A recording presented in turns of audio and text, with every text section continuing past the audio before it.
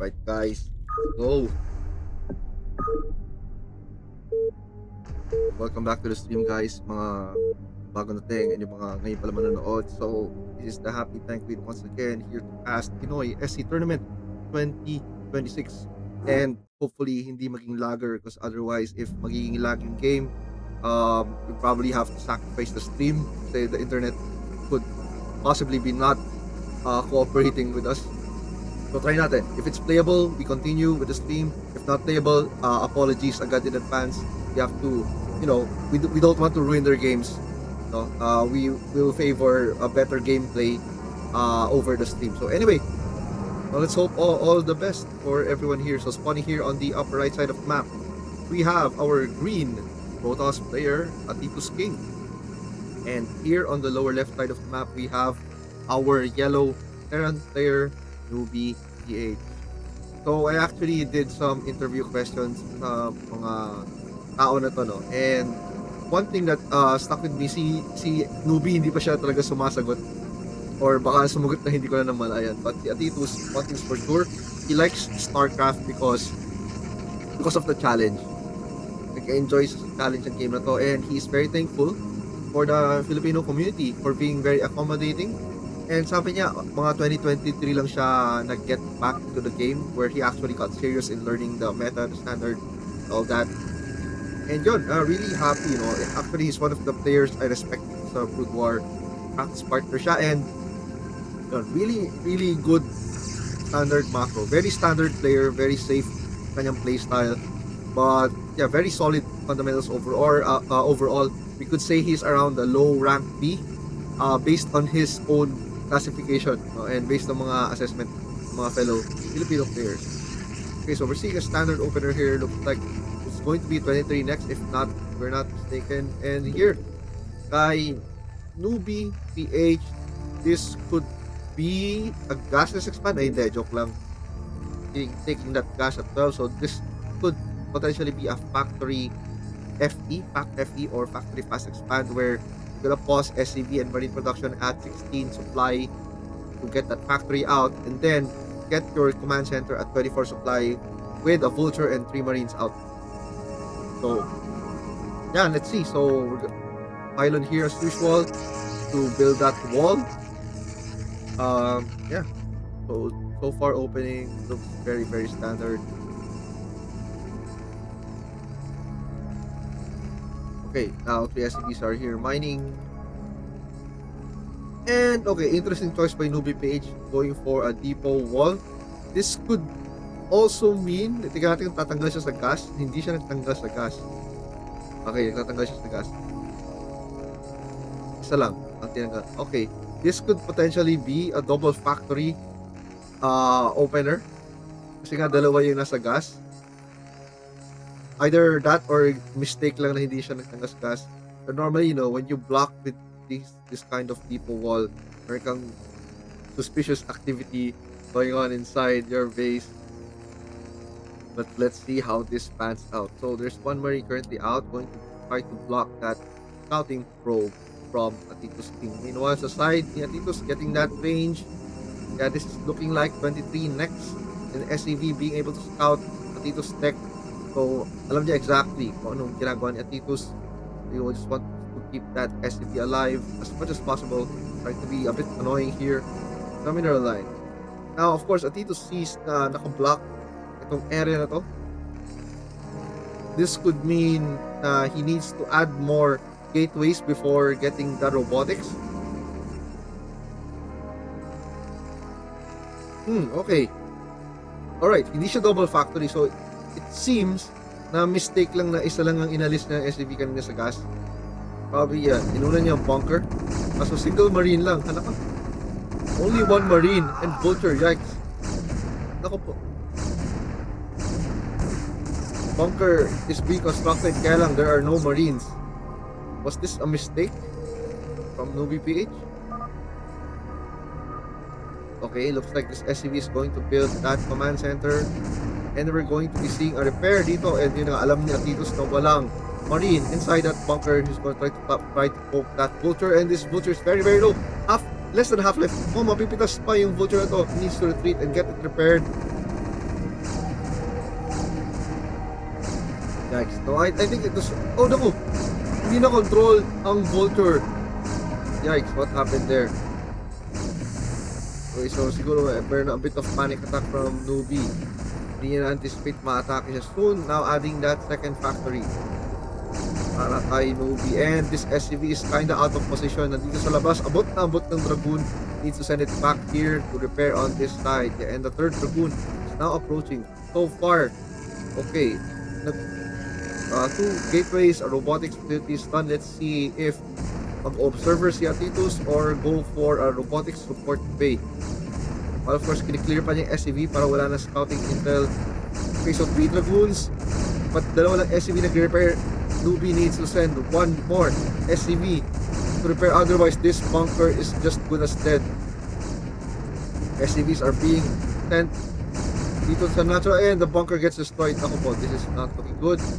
Buti lang, the tank is out. Newbie is going to try to defend with SCVs and this tank right here. 2 factories have already been constructed in total. And these SCVs need to pull back. Yeah, so currently, no, parang may panic situation currently si Newbie PH. Needs to get that repair on the tank, pinablock ng SCV, trying to rebuild that bunker here sa very odd spot. And Atitus tries to snipe the tank, pero buti lang naangat ni Newbie just in time before makita sa tank. He needs to get the repair on the tank. Yeah, so right now Newbie is kinda scrambling right now. All because kulang yung marines niya. Actually, kaya siya umabot dito because kulang yung marines. Isa lang yung na-produce na marine. And yeah, yung greed kinda cost him that early game. Now Atitus is at the 20 supply advantage. Looking very bad for Newbie PH right here. And this vulture will just get sniped. Hindi man lang nakalabas to be able to get scouting intel or plant mines outside the base. Now Atitus is just gonna choke Newbie PH inside his base, and these 6 Dragoons will try to snipe both these tanks. Kaso na-stuck yung Dragoon. Nag-glitch yung Dragoon as usual. Kanilang weird na galawan na biglang nasa stock, and 2 tanks get taken down. Guys, this is not looking good for Newbie. No, damage na yung economy. Now he needs to retreat with those SCVs. And he just declares GG. Oh, that was very quick. Very quick. Oh. So yun, I think umabot lang siya ng gano'n simply because kulang yung Marines, eh. I think yun yung talagang big factor.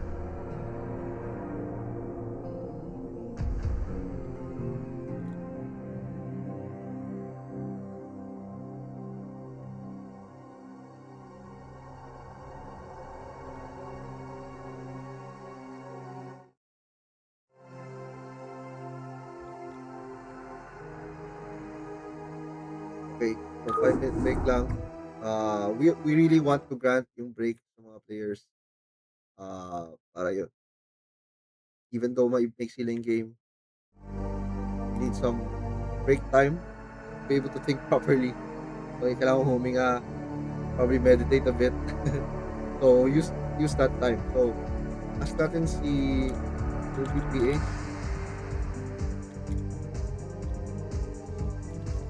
Okay, loser's pick. So, Ruby needs to redeem himself the next game.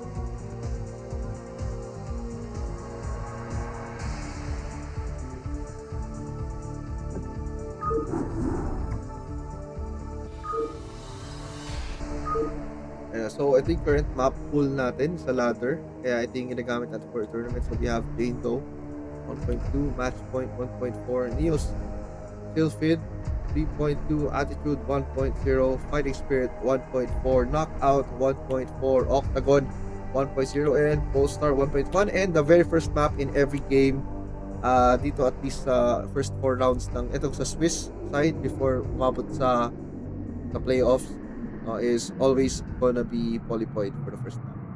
So may options si newbies to select all other maps here except for Polypoid, and Knockout has been selected.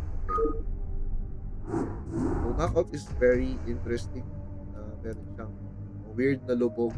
You know, weird. Yung mga lubog siya just outside the natural para mga range attacks um get screwed. No? Mas pabor sa defending player. Mas madali for the defending player to defend because of yung ano na yan,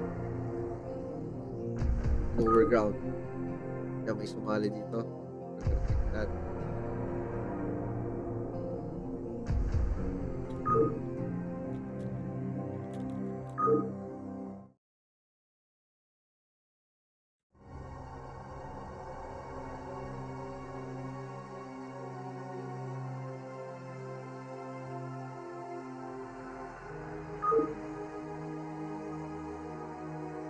Yeah, so yeah, that was a very quick game one. Pero again, no, gusto ko lang reiterate talaga naman. I believe what really cost the game there was not having enough Marines.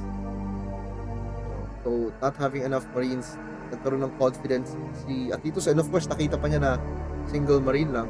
Kaya he pushed forward. No, alam niya na hindi mapipinsala yung Dragoon niya. Even if there are SCVs to block, potentially, a single Marine just can't kill a Dragoon. No? May chance pa makatakas yung Dragoon right there. But yeah, unfortunate for Ruby, and that was a good job for Atitus to capitalize that one mistake. So 2 minutes to go. Before we resume with game number 2. And let's see if magkakaroon tayo ng game number 3. Kailangan manalo si Newbie Page if we want to see a game number 3 here.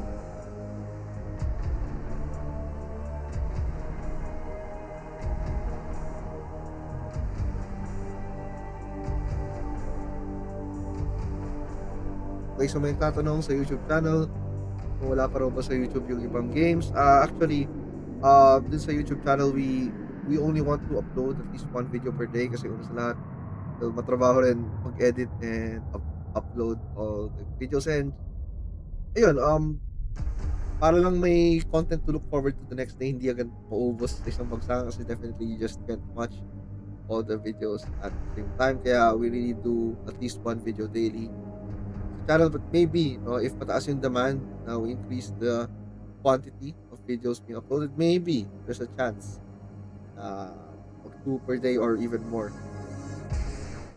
So let's see. Now we have 1 minute left.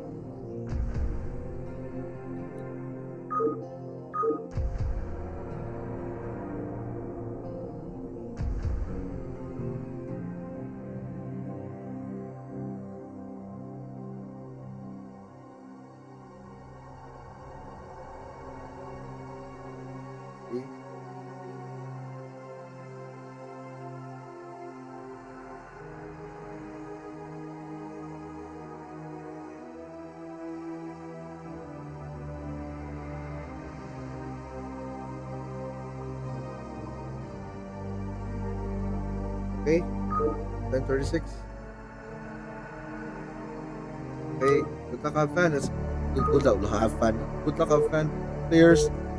So, game number 2 between atituskinggg and Page.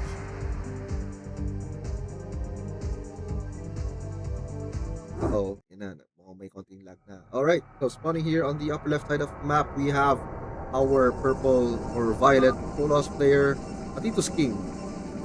And on the lower right side of the map, we have our yellow Terran player, Newbie PH. So we're here in the map, map, map. Tawag na. Here the map knockout, and kita itong low ground na to. So, low ground units, range units on the low ground tend to have a chance to miss yung kanilang attacks when hitting units on the higher ground. It's just the way the game is designed. So, if you have dragoons here and you're gonna attack marines here, may chance na yung mga ibang shots ng dragoons mo hindi tumama sa mga marines. So, that's of course good for units in the higher ground and bad for units in the lower ground. Yun lang yung may disadvantage. Yung point lang, every time there's a lower ground range unit attacking higher ground, it's always disadvantageous for the units in the lower ground. Alright, so let's see if makakabawi dito si Newbie PH. Game 1, very quick and yeah, very unfortunate lang na it ended that way. Pero probably yung mistake of not making enough marines, siguro naman tumatak na yun kay Newbie PH and he'll probably do a better attempt this game. Oh, 10 stop. Or maybe gusto niya mag-racks dito. Okay, what's this? CC first? CC first. Okay, napaka-aga ng scout niya. No? Baka this is going to be a gasless expand from Newbie PH. I'm guessing. Pero normally 12 yung scout. Interesting choice to scout at 10 supply. Parang, in my opinion, parang premature siya.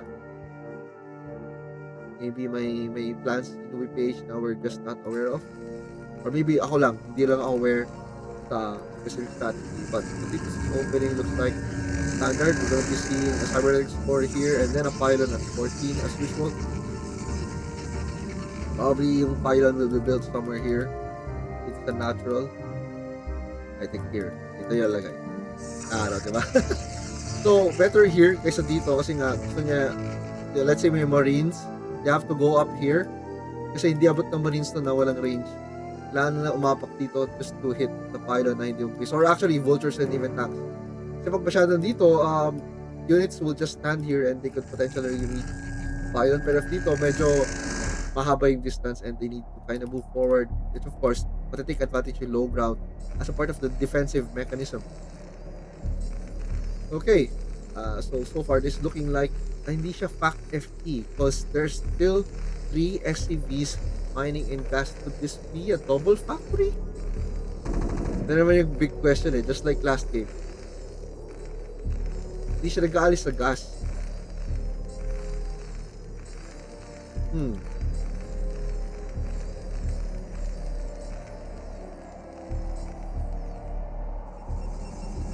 Okay, anyway, Atitus.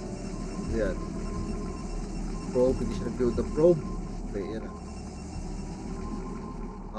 Okay, 20, 21, 19 next. 20 next. Let's just start 20 next. Yeah, this is going to try to kill that SCV. It's not SCV. And that SCV will do. Oh yeah, finally, they'll look at that, diba? Newbie learned from the mistake of not having enough marines and ito na. So we learned from mistakes. Kaya tatlo na yung marines niya finally. So, yeah.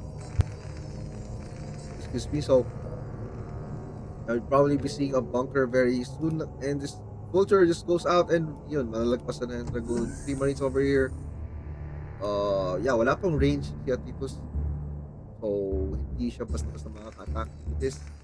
And command center is built. He needs to build a bunker around this area. Huwag masyadong dikit dito kasi abot siya ng dragoon. Natin yung dragoon and the dragoon range will just pulverize the bunker. So that other SCV tried to scout. Kaso good block by Atitus there with that dragoon. Box ramp para hindi makita intel. Yeah, this vulture will just try to hide kaso hinabol talaga ni Atitus. since hindi rin naman siya makalapit sa natural. So he decides to that case with that first dragoon, yung vulture na sinend out ni OBPH.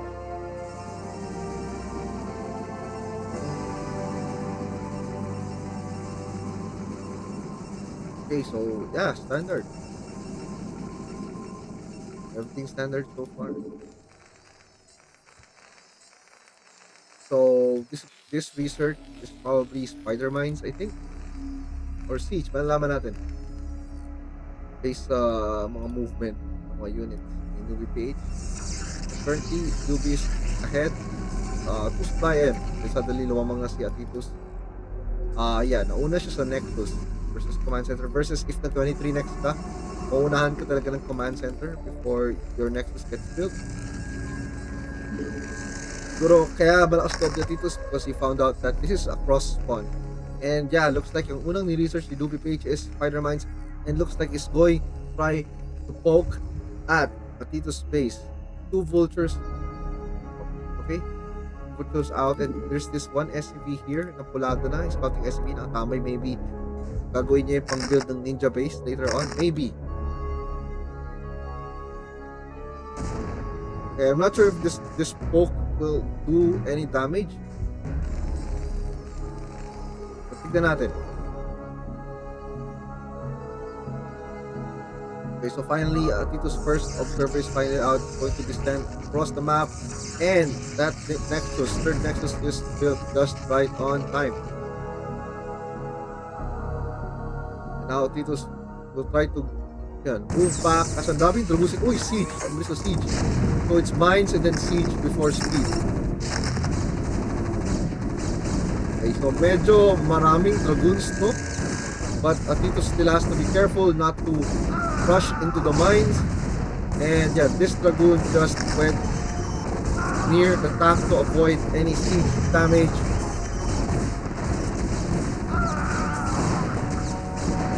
And yeah, Atitus just holds that poke. So I don't know if that was worth it for newbie, pero definitely he lost a lot of units there, and yun nga, laki ng supply gap. But at least nabawasan niya yung dragoon count, so I guess that's still okay. Yeah, but let's see. Okay, now, 4th factory being added as of now. Ang aga ng factory. In fairness, ang bilis ng, ano niya, 4th ng 3 factories niya. But this observer of Atitus will just see this. So now, Atitus will probably be adding some gateways, and look at that. Merong robotic support bay. Na si Atitus, this is going to be probably river. Hindi lang, normally, kung mag-support bay ka, like may river yan, most of the time. Unless gusto mo lang kunin yung shuttle speed, which is okay rin naman. Tingnan natin, anong plano? Okay, parang wala yata laman to, no? Nakarally lang. Tama ba? Ayan, okay, so tama nga. Nakarally lang siya. Kasi sa first observer, they rally just siguro sa base ng Terran player. And he's probably going to wait for the river before he picks it up with the shuttle and send it across the map, maybe. Natin. And look, what a very early third command center by UBPH. Before 9 minutes, no? Mga 8 minutes something lang. Ginawa niya yung third. 4 factory expand. Wow, okay. Yeah, but of course, Atitus sees that. And baka magkuha ng earlier third si Atitus as a response to the fast third, maybe. Or would he probably go for bus timing? Pero yun na, the river is finally out. Probably pick up these 2 zealots na prepare niya dito. I'm just guessing he's gonna pick up those 2 zealots. If not, ayun na nga. Oh, yeah. Tama tayo, di ba? Okay, so some vultures out here going to lay mines. And of course, yung mga mines ni Newbie Page did an amazing job of alerting that there's an attack coming towards his base. Currently, Newbie has 3 tanks and just a couple of vultures. And these are maraming dragoons din. So, wala pa siyang turrets dito. And that river drop could be devastating. Plus may mga zealots pa. Naku po, he's gonna drop those zealots on top of tanks. And gets picked off by those vultures. So tinitry niya mag-attempt ng mine drag. But Atitus just gets pushed back. Delikado. Still all these tanks and the observer is taken down. Okay, may turret pala. Hindi ko napansin. Baka bulog ako kanina. Okay, there's actually a turret. So good hold by newbie and wow, seriously? You're gonna get a fast port command center talaga?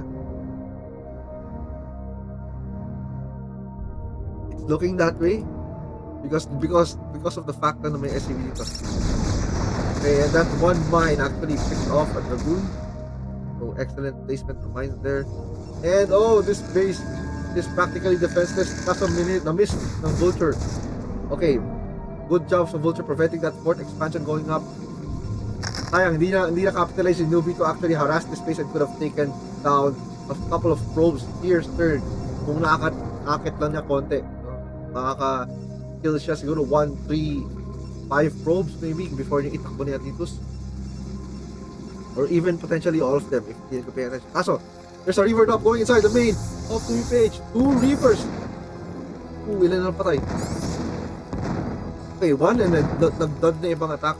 Atitus is going to try to supply block to PH. Look at that. Wow, 4 depots taken down. Grabe yung supply block kay Newbie. He needs to rebuild those depots ASAP. And now there's this shuttle going to pick up those rivers. Didikitan niya yung mga siege tank. Ay, sakto yung malas naman siege tank. Yikes. These rivers are going to do devastating damage among tanks. 2 tanks already taken down by those 2 rivers. Needs to have some kind of anti-air here.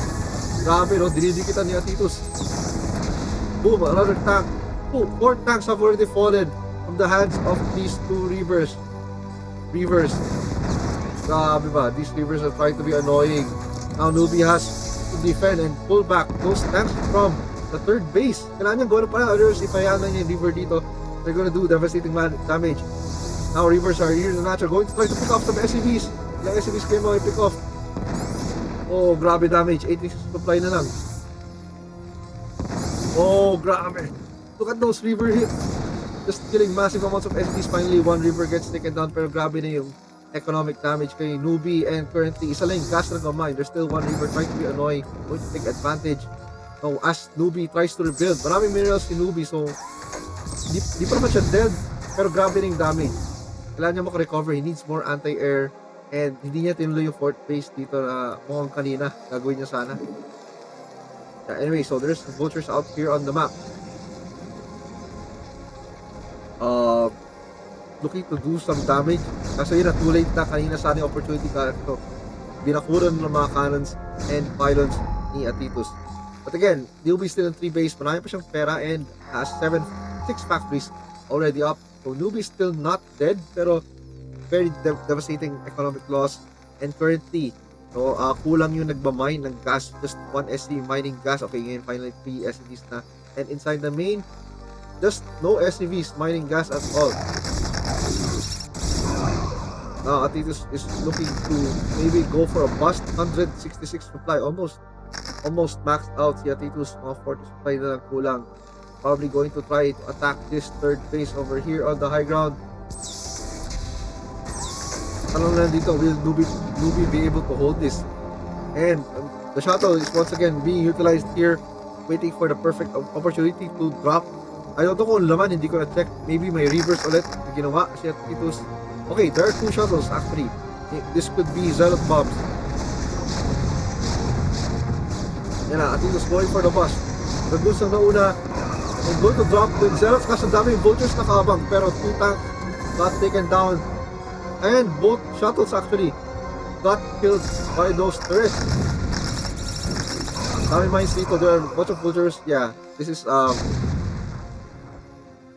failed bust. So good job to Newbie for actually holding.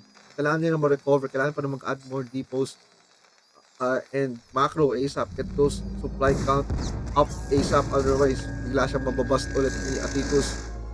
And Atitus is really great at those bust timings. Pero this time, no, na-take advantage yung Newbie yung high ground. Plus yung may well-placed turrets dito. And well-placed tanks actually. Yeah, actually, very, very impressive defense. No, honestly, from the page. Kung ako, baka na-dead na ako dun. sa Taranta. Fort base being taken by Newbie PH. Of course, this is kinda late. Normally, 12 minutes mo kunin. Pero, you can't blame him kasi grabe yung ginawang economic damage ni Atitus sa base ni Newbie Page. And now, 6 packs si Newbie probably needs to add at least 2 or 4 more factories para mas mabilis ang kanyang production. Anyway, he's going to be on 4 bases very very soon. Meanwhile, Atitus, okay, yan na, going for the Arbiter tech. Arbiter terminal being built. Let's check the upgrades. So far, wala pang upgrades si Atitus. Meanwhile, si Newbie, yeah, both players don't have upgrades.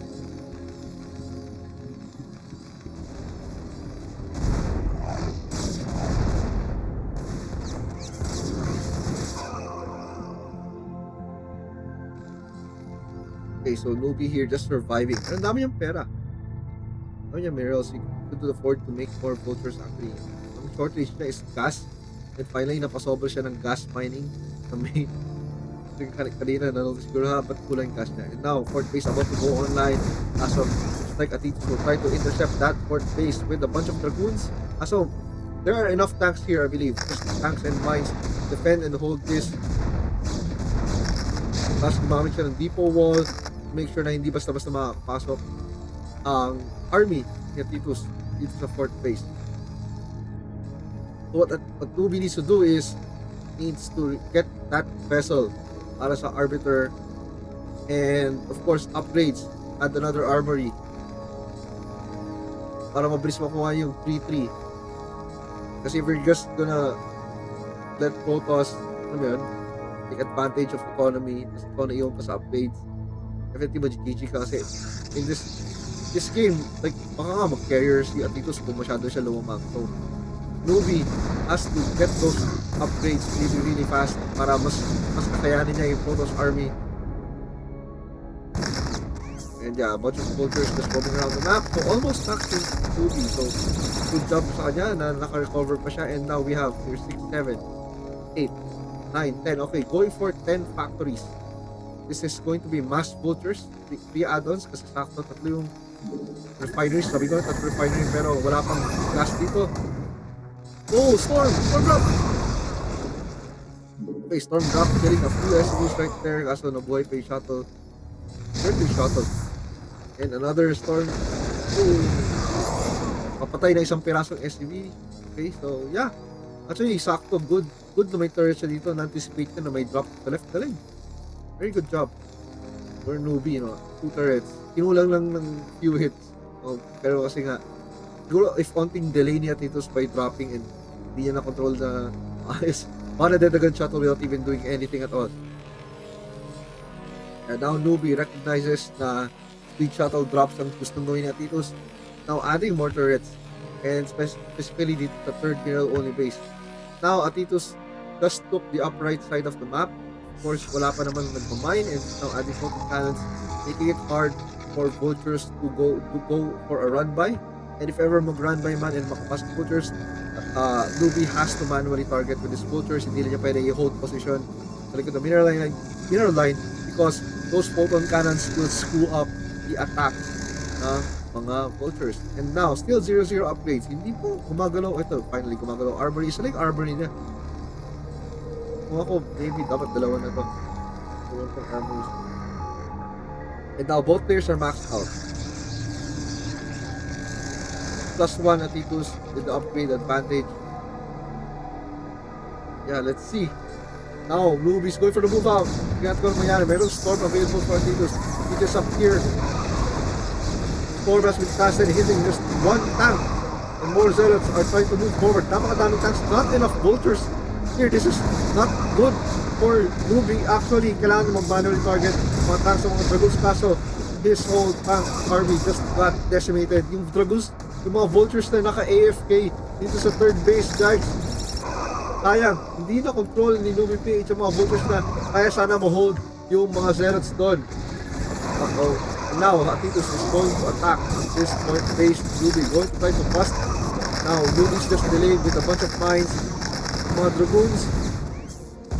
And looks like maback si Atitus. So, good job. Okay, good job kay Newbie. Na-hold niya yun. Very, very nice. If it weren't for the mines, dire-diretso yun si Atitus. Kaso, ang problema dito kay Newbie, naubos yung tanks niya. yung mistake naman dito, I believe, the biggest blunder here is not positioning those vultures just in time para ma-hold yung mga zealots kasi kaya sana yun eh. And he could have probably survived with a few tanks in that position. Pero hindi ganun nangyari, unfortunately. But yeah, now both players with almost the same supply. Oh, may probes dito. Siguro excess probes na pinapatay ni Atitus, maybe. Not sure. Or baka misclick. Now Atitus is currently 1, 2, 3, 4, 5, 7 bases. And that's a bunch of targets. Carriers na nga. Yun na sinasabi ko. Okay, di ba kanina kwento lang, Atitus could actually go for carriers. Di ba na-mention ko lang, that was just an assumption. Kapag yun nga, hinayaan ni Nubi yung Protoss to do what they want, just build economy. And yun ang ginagawa ni Atitus is going for a carrier switch. Look at that. 6 stargates umiilaw. Let's see kung saan napunta yung scan.